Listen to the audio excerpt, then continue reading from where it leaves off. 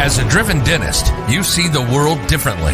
Where some see scarcity, you see abundance. When others want to give up, you keep going. You're building an amazing life of significance.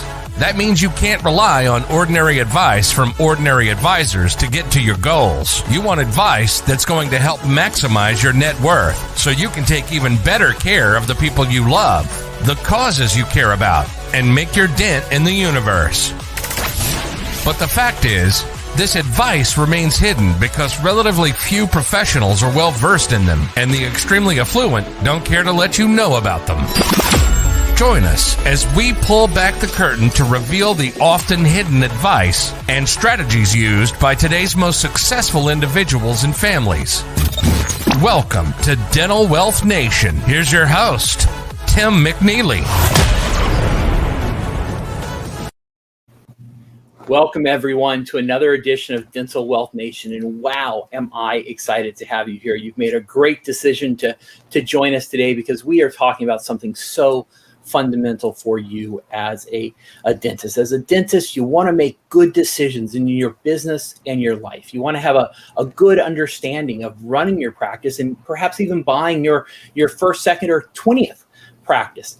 And that's what we're going to be talking about today. And I am so excited. Our guest today is Fazel Mostashari. And as I was talking to Fazel before the show, I learned something very interesting.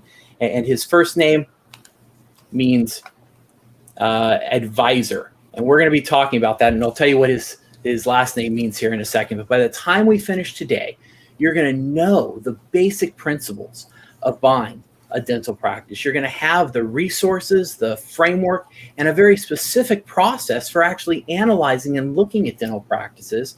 But even more importantly, you're going to feel empowered and controlled during this entire process. And like I said, I am so excited to have Fazel here today. Fazel is a dental-specific CPA. He specializes in working with dentists just like you. He's involved in tax and accounting, some financial planning, business planning, and really involved on consulting through transitions and doing those dental transactions. And so, Fazel, welcome to the show.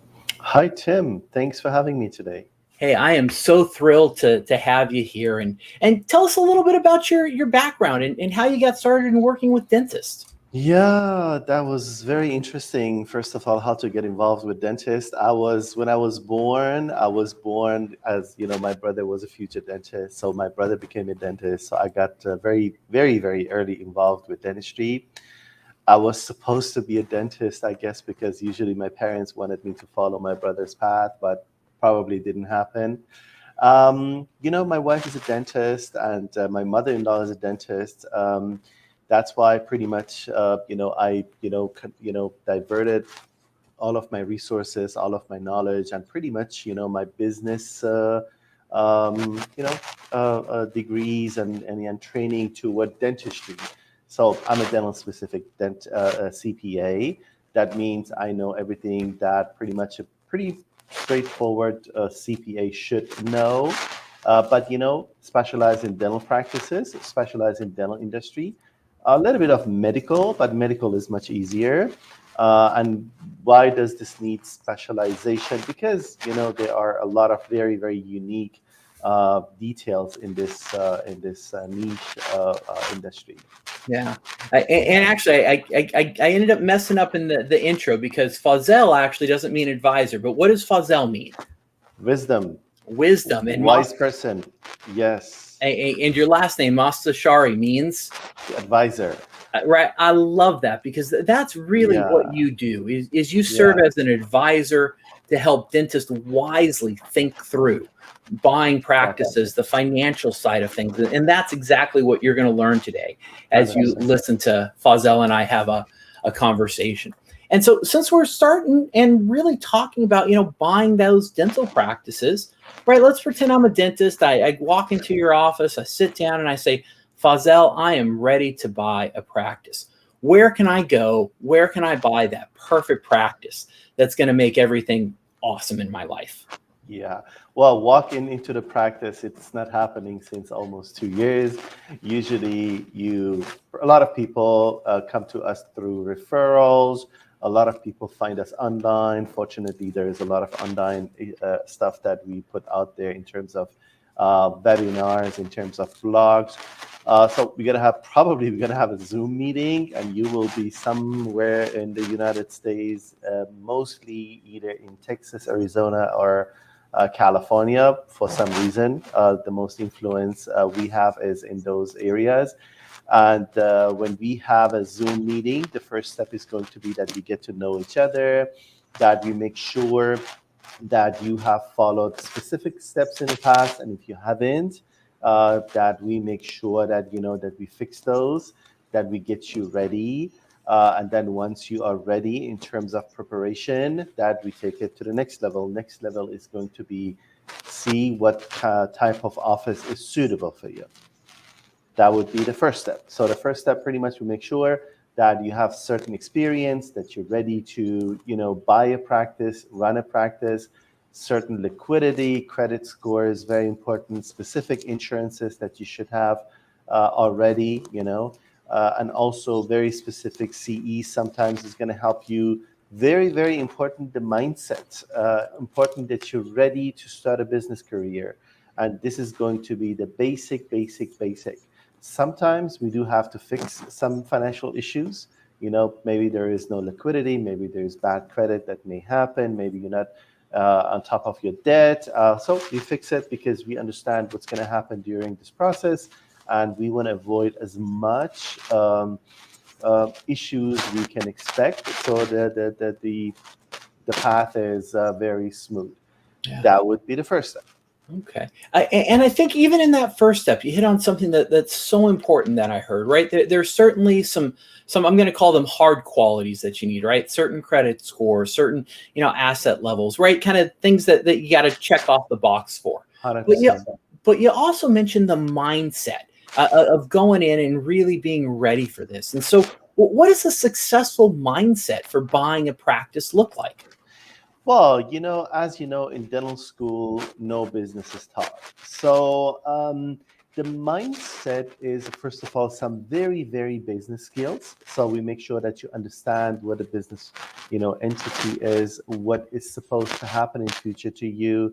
That you are not just going to buy something that is already ready. We let you know pretty much what the process is supposed to look like. And also, the business mindset is a little bit different than just the dentistry mindset. You are going to be in a dentistry business. So we discuss specific things to make sure pretty much that, our buyer is aware that he is or she is going to wear a lot of hats. It's going to be employment issues. It's going to be financial issues. It's going to be marketing. So we have certain resources that we provided again to them so that they have all of this basic business resources, but also be clear that we are going to take a look at a very big picture, not just a very, very small niche, and be ready to make this investment. And again, it's a huge, huge investment, but this investment is going to have a lot of return. The initial investment is going to dental school. Some of the people that I speak with, they have between $300,000 and $600,000, $800,000 of debt, and they invested between 8 and 12 years of their, maybe 8 to 10 years of their higher education in a lot of money, and then now it's the time to have those investment work for you and have very, very good return, hopefully. Okay, excellent. And I want to spend just a little more time on that mindset, right? So you certainly have to be prepared to wear all those different hats, to have things probably not go as you planned or things to change. What are some other kind of just important mindsets for staying positive and for really making it through this process? Nothing is going to be perfect. And, when you have the right mindset, again, I'm not a person specifically to speak about mindset. I'm a person that speaks about very, very, scientific numbers and business resources and systems. But mindset pretty much is something that, you need in business, making sure that you're a business person, making sure that you see the big picture, making sure that you see the woods, not the branches, making sure that you see long-term, making sure that pretty much you understand that, what you see is not going to be where you're going to end up in your business, that you can, bring it up, that you may be able to, bring in your own personality, positive mindset. Pretty much this is going to change world sometimes. But again, I'm sure that there are business advisors that concentrate much more on psychology, but we know the basics. We try to make sure that, in every decision, the positive side is considered and emphasized primarily, and not on the constraints and the negative side. Yeah, no, that's great, and I appreciate that. Right, positivity matters through this process Very much. because as business owners, we're going to have great days, and we're going to have days where we think, "What did I just do?" Yeah, and I do want to honestly, I want to add something to that as well. So honesty is important, not as a buyer trying to lowball the seller or vice versa. Creativity, flexibility, mutual respect, protection, the goodwill of the practice that you want to buy. There are a lot of things, good planning, due diligence, right fundamentals, and making sure that you just maximize the value of the future practice that you want to buy. And that's going to help you, have a very, very, smooth transition, because you are prepared. You have the right attitude. You're going to protect the goodwill, and this is going to help everyone. Yeah. Now, you mentioned, right, kind of your specialty is very, scientific. It's looking at numbers. It's looking at the data, right? And it's really having the tools and a process. So walk us through what some of those fundamentals on a practice looks like, right? What are some of the tools and resources and things that we should be looking at as we consider buying a dental practice? Correct. Well, before I do talk about the very specific tools and resources, let's talk about the process. So we talked about step number one, which is to prepare. The buyer needs to make sure that they're prepared. So we talked about a little bit of this process, but also it's very, very unique and, specific to each person separately. Then through a very, very specific, process with a lot of details, we are going to determine what type of a practice is suitable for, let's say, Dr. Tim, which may not be suitable for a different person or a different doctor. Then we make sure that we canvass the market and that we network. Networking is very important in dentistry and in business, and to find these suitable practice. The next step is going to be to make sure that this office is, profitable. Once this is done, we're going to write a letter of intent. Before that, we've done some, price and valuation studies. Then all of this, contingencies start, such as financing, due diligence, the contracts, the lease, and pretty much we close then. So what is some of this very specific preparations and steps? Pretty much before we even consider purchasing a practice, we put it into a very, very specific framework. So what is this framework? This framework is something, that is based on the SWOT analysis. And let me test your business school days. What is SWOT, Tim? SWOT is strengths, weaknesses, opportunities, and threats. And 100%. Something that I've done, because this is a little bit, business specific, but I brought it into the dentistry. So I pretty much, in my system, the way I put it into my framework, I'm looking for liability, risk, value, and opportunity. And the fifth one is what is important to my buyer. So the liability, so there will always be liabilities, but we want to make sure that this liability is in a very, very controlled environment. So what is reliability? Something that you will never be able to change, because it's always there. So demographics, maybe you don't like the demographics doesn't like you. Location is very important. Lease is very important. You will always have lease payments. The amount of the rent is important. And things that you cannot simply walk away. So these are the long-term debt and liabilities, and we want to make sure that we have that under control. That would be one. The second one is making sure that we know what business risk is there. Risk is something, again, it will be always there, but because of it's a little bit more short-term liability. you will be able to, fix it sometimes, but it's going to take you time and resources. So, if you want to buy a practice with bad employees or not well-trained employees, if you go to a practice with insurances you don't like, if you have to do major investment right away into the IT and equipment, if you discover a lot of redos and refunds, if you see that the practice does a lot of marketing to get patients, very, very risky. Third, we are looking for a lot of value in every practice. Value is something that is already there. This is something that we purchase. So the more hygiene days, the better. The more conservative doctor, the better. The more bread and butter dentistry, the better. Hopefully, we have a practice with decent equipment and IT.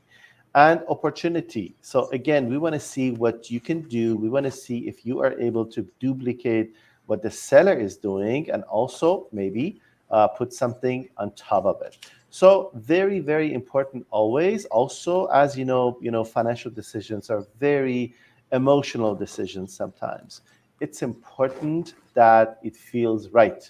Even if I tell you that everything is 100%, you may feel is not right. And that's why you should not make this decision. I can tell you something that my wife did. So I found, I believe, the perfect practice for her. And then she walked in, she just said, I just cannot work here. That's simple. So some basics, some fundamentals. We can dive into that a little bit more later if we have some more time. Yeah, no, absolutely. And I think that's so interesting, kind of going through that.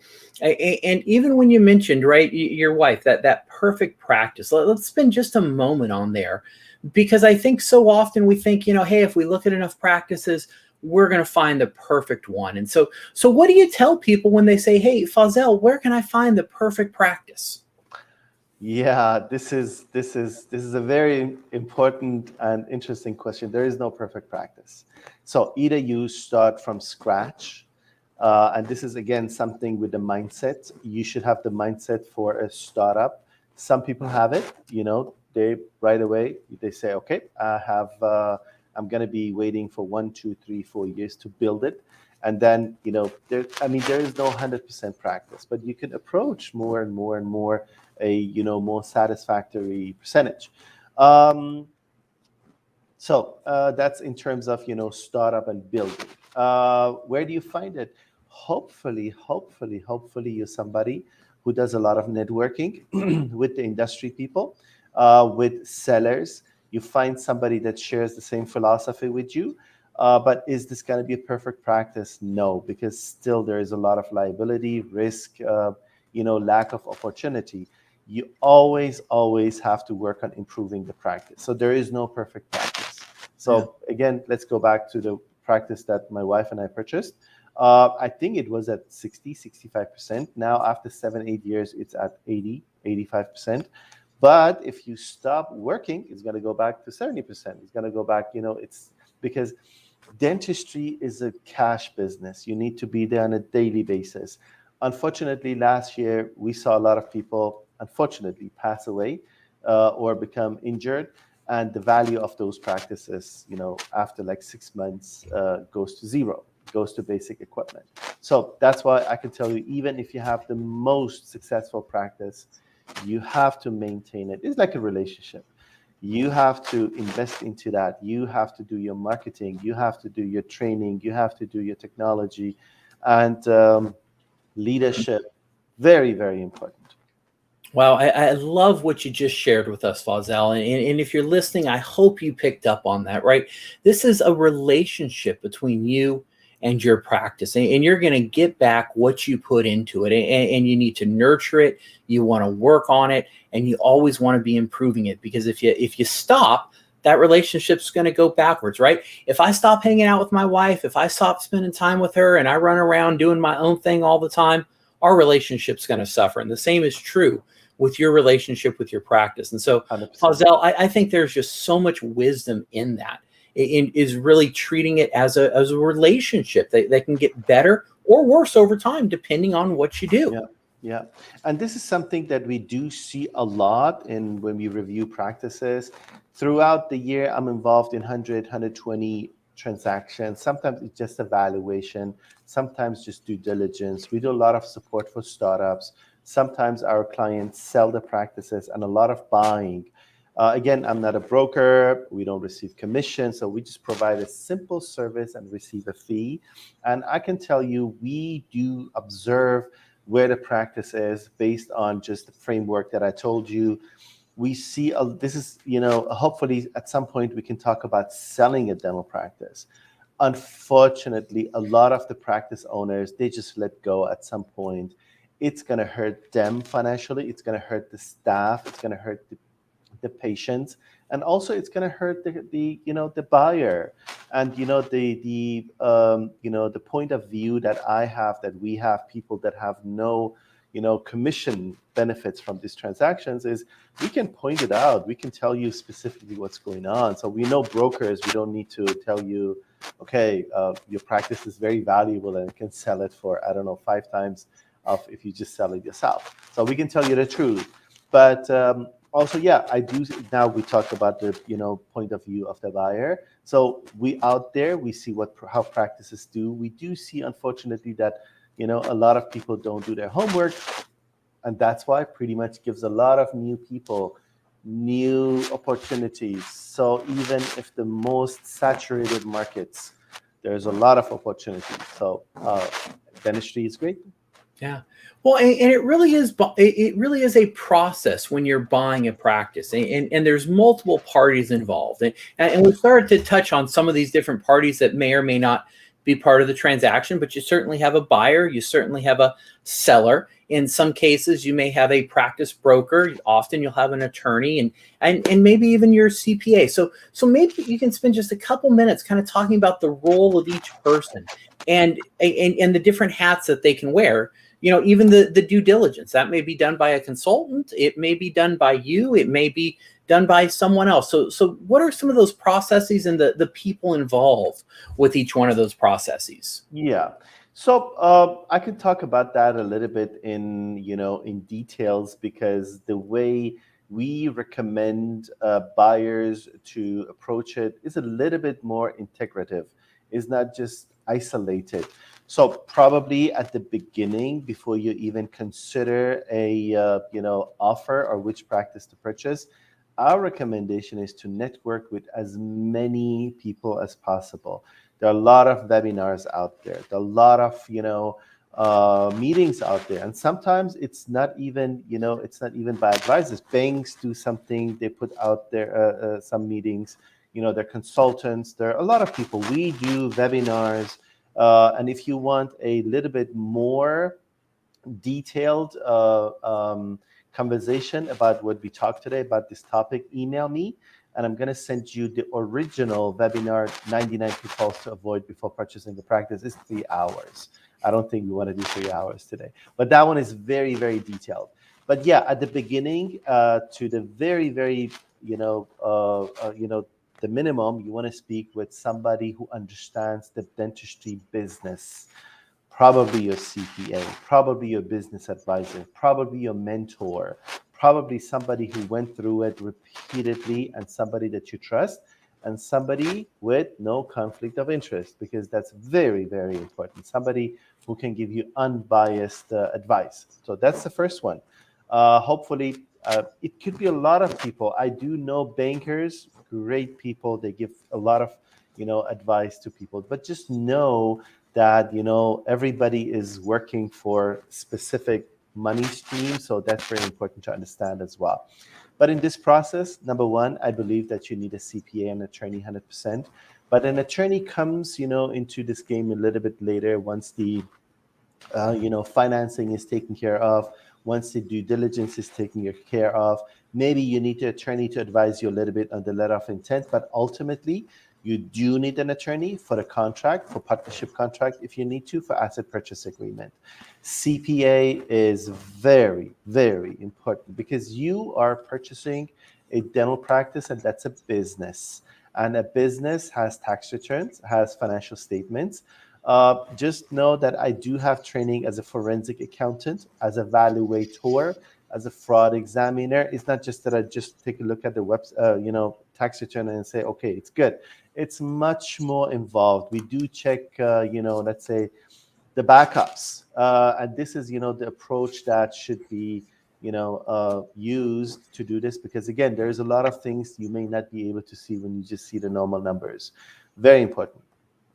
Practice software, very important. You can engage somebody who is a, software specialist, or, a practice management consultant. Again, there are good ones out there, there are bad ones out there. But it's not that, that you can just go with one person. I think it's very, very integrated. It's even if you work with me, I would recommend you to work with a couple other peoples as well. Even if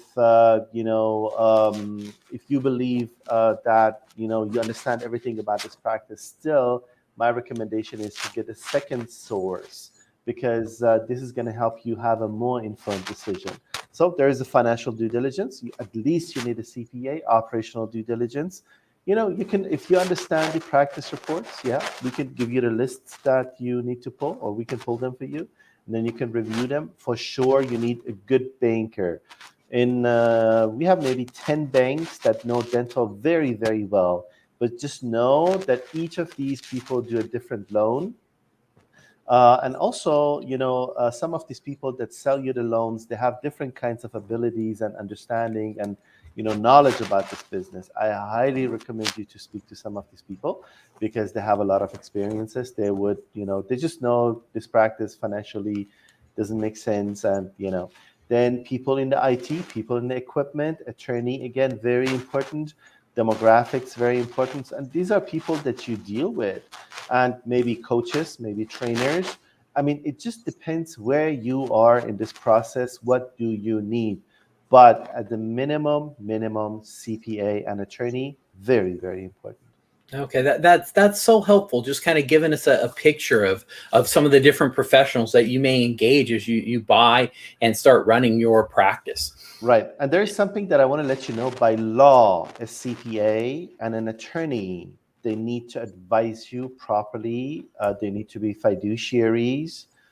For sure, the bad CPAs there. For sure, the bad attorneys that, they just want to profit, But again, the very, very good ones out there. And this is, again, that's going to make it easier for you to know, okay, CPA, attorney, these are people I can trust. Don't these people receive, again, fee, commission. These people receive a fee, provide a service, and they look out for me. Very important. Yeah, right. It kind of changes the relationship when you're paying for advice, as opposed to when the professional is compensated when a sale takes place or something else happens for their compensation, right? It really changes the entire transaction, doesn't it? I agree with you. And this is pretty much something that you should be aware as a buyer. Just know, as a seller, usually a lot of people engage practice brokers, and they receive between 8 to 12%. So $500,000 practice pays somewhere between $40,000 to $60,000 to sell the practice. So probably you need to hire CPA, attorney, consultant, good ones, again, free of conflict of interest, to advise you. And that's something that, again, the business mindset. You cannot say, okay, I don't need attorney. I'm not going to pay for CPA. I'm not going to pay for these and that. Okay, then bad. Or if you go with the bad ones are those that pretty much don't charge you because they have probably some other, intentions. Just know, discounted fees buys you only discounted services and, cut corners and stuff like that. So you want somebody 100% on your team, looking out for you, not being afraid of anyone. So to, express her opinion. Also, something else that I do, if the deal is bad, I disengage. I don't even start it. And that's very important, because again, why should we do a bad deal? Yeah, absolutely. Well, and these transactions can go good or bad, right? You can end up in a much better position. You can end up in a worse spot. And so, before we started recording, we were talking about a practice that you help someone find. It started off small, and just a short time later, it was a much better practice. Can you share a little bit about what went on in that practice and why it ended up working so well? Well, I can tell you very, very simply, it has nothing to do with what you see initially. It's about what you do with it in future. But we want to make sure that we buy the practice with good fundamentals. So we don't need to fight liabilities and risks right away. So we want to make sure that it's acceptable so we can build on it. So I can tell you a few things. We bought practices for $100,000. Within a year, they make $2 million. We bought a practice seriously that generated $600,000, $700,000, $800,000, makes $3 million now. We bought practices, that generated $60,000, $70,000, $80,000, high rent. As you know, Delta Premier adjustments. Buyer was afraid. Oh my God, I'm gonna have all of these issues. Makes $150,000. So even when you believe, okay, this is not going to be easy, there are a lot of opportunities, and these are the resources, these are the mindsets, these are the opportunities that I can go there and pretty much make it better. But I have to buy the right value, but I have to make sure that the liability and the risk is within certain limits, with the right fundamentals, SWOT analysis. And again, this is somebody who went to business school, somebody who's able to understand, to assess risk, and all of that is very, very important. Well, and I love what you just said, right? It's not so much what you buy, it's going to be what you do with it afterwards. Yep. And right, in implementing those things, but you want the right fundamentals. You want to manage the risk, you want to manage the liability, so that you're stepping into something that's at least reasonably well run. And if you have a good foundation, then you can take off and do amazing things with it, can't you? 100%. 100%. Now, at the same side, sometimes things don't end up working so well. And I know you've even disengaged from transactions before. Why would you do that? And why would someone else consider disengaging from a transaction? Somebody else, I don't know. I mean, because I just know what I do. Let's say I review a profile. I just see the practice is just not worth it. I just see, okay, the fundamentals are not there. Overpriced, it smells not good. I have some prior, involvement with specific people. I just know how to present the practice. I just know. Then I would say, I'm sorry, I'm not going to work on this deal. I'm going to say it a little bit more decent. Or just say sometimes, when down the road we discover fraud, it happens a lot. We discover misrepresentation. We discover that stuff is not disclosed. I would say, okay, I'm sorry, this is something that I don't want to be a part of. And then we disengage, we return the fees we received. So we don't want to be in a bad deal. And, thankfully, the relationship that we build with our clients is very, very strong. Just know that after the transition, everybody in this transition is going to leave you except your CPA. Everybody, the attorney is going to be gone. The practice broker for the seller, he's happy. He's going to go to Hawaii probably. So the banker is going to be gone because, but your CPA is there, again, as your fiduciary, as somebody that you have to work with on a monthly basis. So we are very, very careful what deals I would say I work on.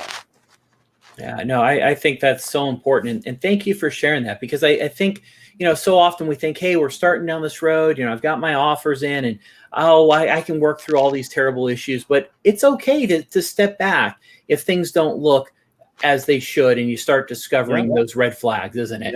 Yeah.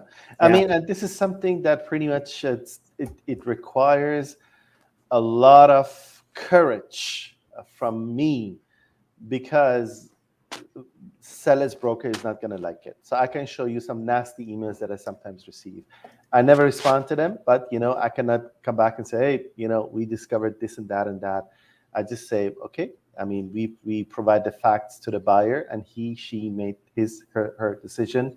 It's not our decision. Our job is to make sure that we discover the facts and we let people know the consequences. And if that's bad, it's bad. Yeah, right. You're really serving as an advocate for the buyer to make sure that they are getting that fundamentally sound practice. 100%. And this is something that I really want to emphasize one more time. Maybe there are a lot of people that claim to be buyer's advocate, but always, first of all, see where the money is coming from, who's paying them. If that's a banker telling you, yeah, I'm an advocate for the buyer, well, probably that's not true, because a banker is an advocate for the lender. So the seller's broker is an advocate for the seller. Your attorney is your advocate. By law, again, let's go back. Your CPA is, and all of that is very important. No conflict of interest. Very important that you know if somebody's getting paid and how they get paid. Is it commission, referral fee, kickbacks? Or are you the person, paying the fees to have these people exclusively look out for you? Yeah. Wow. No, I mean, there's so many things to consider and look at. And I love the title of this, right? You've called it 99 Pitfalls to Avoid. And why did you call it 99 Pitfalls? Yeah, very interesting, actually. I guess it's just, we always talk about 100%. I think in a practice transition, let's say there's 100% moving parts. Maybe these are 100 moving parts. Probably you cannot control 99. Probably you may be able to just control yourselves, and that's only one. So 99 pitfalls.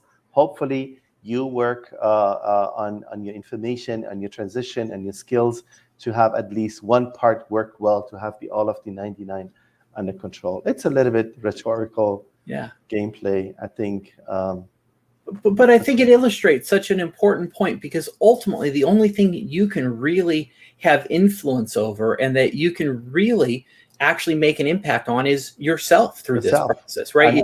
You can't control all the outside factors, but you can control your decisions, and you can make sure that you've got the right team around you to help make smart decisions. Yeah. And you and I know how difficult it is to change ourselves, to change our attitude, to, get improved, to, do things better on a daily basis. So it's the most difficult part, but it's going to help you have everything else under control in your life and also in your business. So true. And thank you for sharing so generously and helping educate us on some of those pitfalls, the process, and what you should consider if you are buying a dental practice. And one of the things I like about you, Fazel, is not only are you a dental CPA who really loves the industry, who understands the industry, who's married to a dentist just like I am, but you are also a fellow business owner.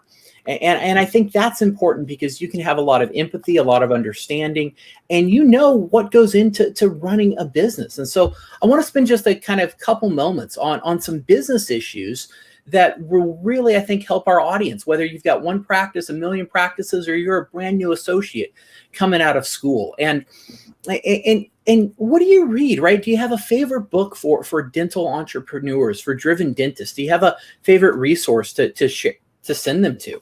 Yeah. Well, first of all, I'm not just a business owner. I'm a dental business owner with my wife. This is very, very important. And this is something that we purchased 8 years ago, and we doubled it.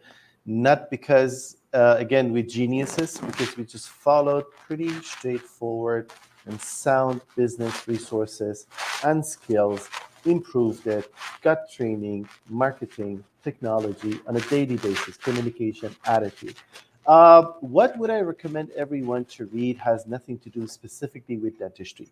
So my recommendation is always, first of all, go out there, read a lot of stuff, listen to a lot of podcasts, hopefully not only in dentistry. So I have anyways a very, very diverse background. My recommendation for everyone is to read Financial Therapy book. There's a book by the name of Financial Therapy. This is going to show you the relationship you have with money. You can have, it's very, very interesting. I keep going back to this book. I keep, learning stuff. You're in the money business. I'm in the money business. Sometimes when I speak to people, I just know their attitude. Then I know, oh my God, this is that attitude. We need to speak about this. Oh, wow, they have the right attitude toward money. And that's going to help you much, much to understand pretty much what you want to do in your business, because you don't want to make money. You want to make sure that you do money, that you have, everything is sound, but also that you're in the right position, that you feel wealthy, and feeling wealthy had nothing to do with the amount of the money, that you get paid properly for the work and the investment that you have done, that you always take it to the next level, that you always improve, but also that you know your weaknesses. Oh, I love that, right? Because, and you just hit on it, right? True wealth is not necessarily the size of your bank account, is it?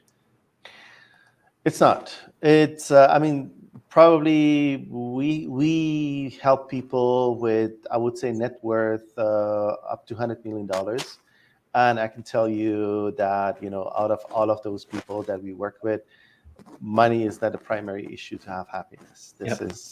is something I've experienced it in my own life, in my own family.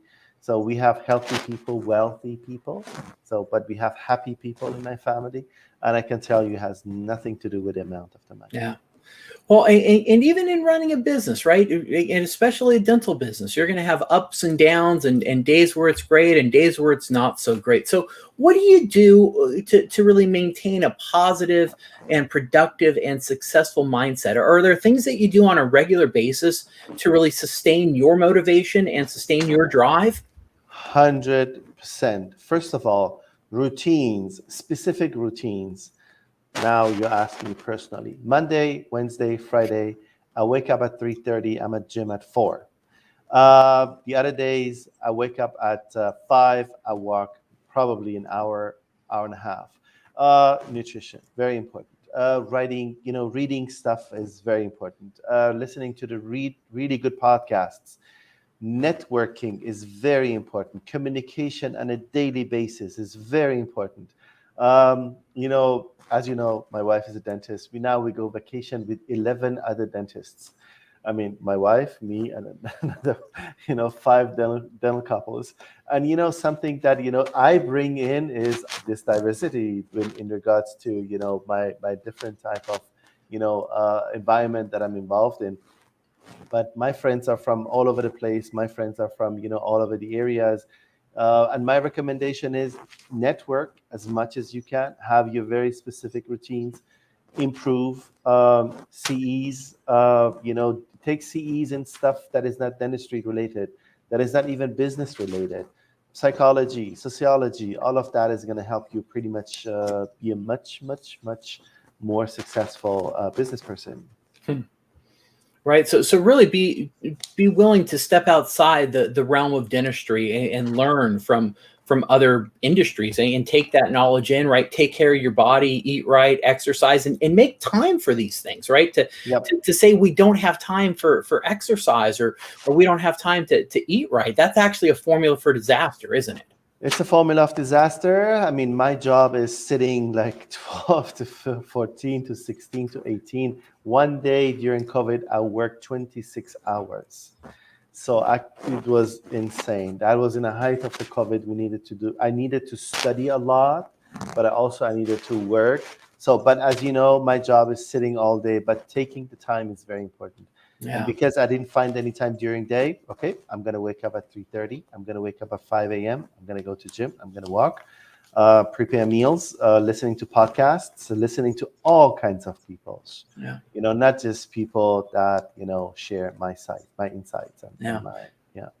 Yeah. Now, over your career, you have worked with hundreds, if not thousands of very successful dentists, and as you interact with them and you talk to them, have you been able to see, or do you believe that there's some kind of pattern or formula to really becoming a successful dental entrepreneur? Again, entrepreneur means that you are not just a dentist, that you have additional skills, that you have communication skills, that you seek improvement, that you network, that you just get involved with more stuff. That the mindset is very important. Imagine that all you're interested in is the dental codes, the ADA codes, just doing those. That's not enough. Leadership is very, very important.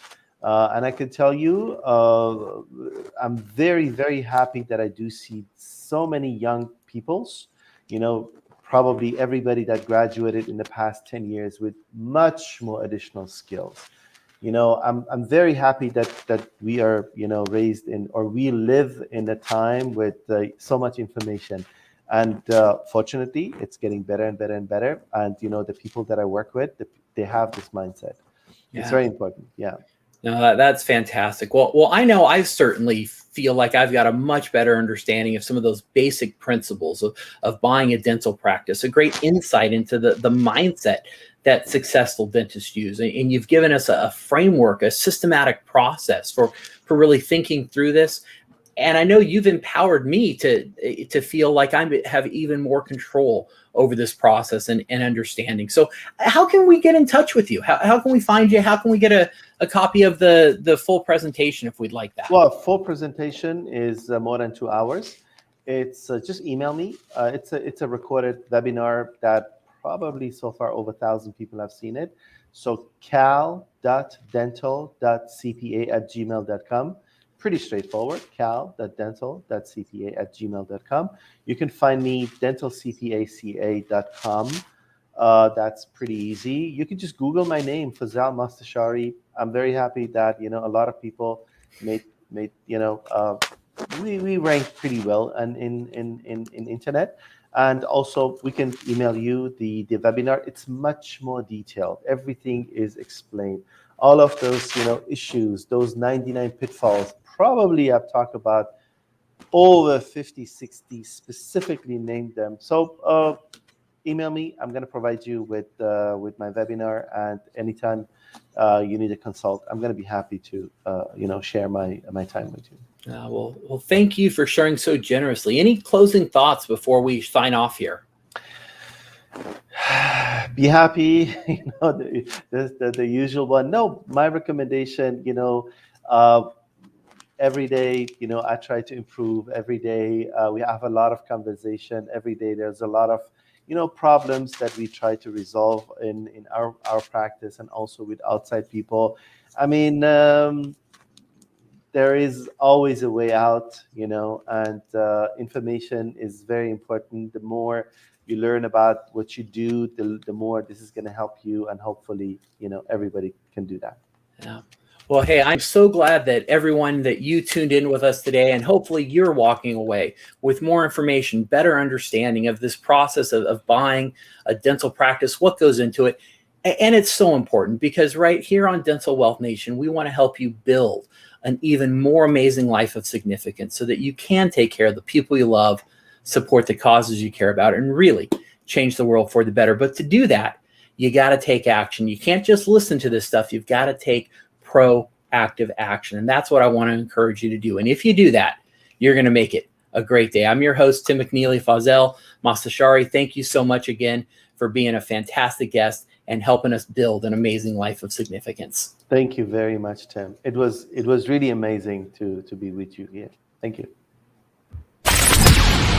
You've been listening to Dental Wealth Nation. We hope you've gotten some useful and practical information from the show. Join us next time as we pull back the curtain to reveal the often hidden advice and strategies used by today's most successful individuals and families, and help maximize your net worth so you can take even better care of the people you love. Till next time, make sure to hit the website at dentalwealthnation.com.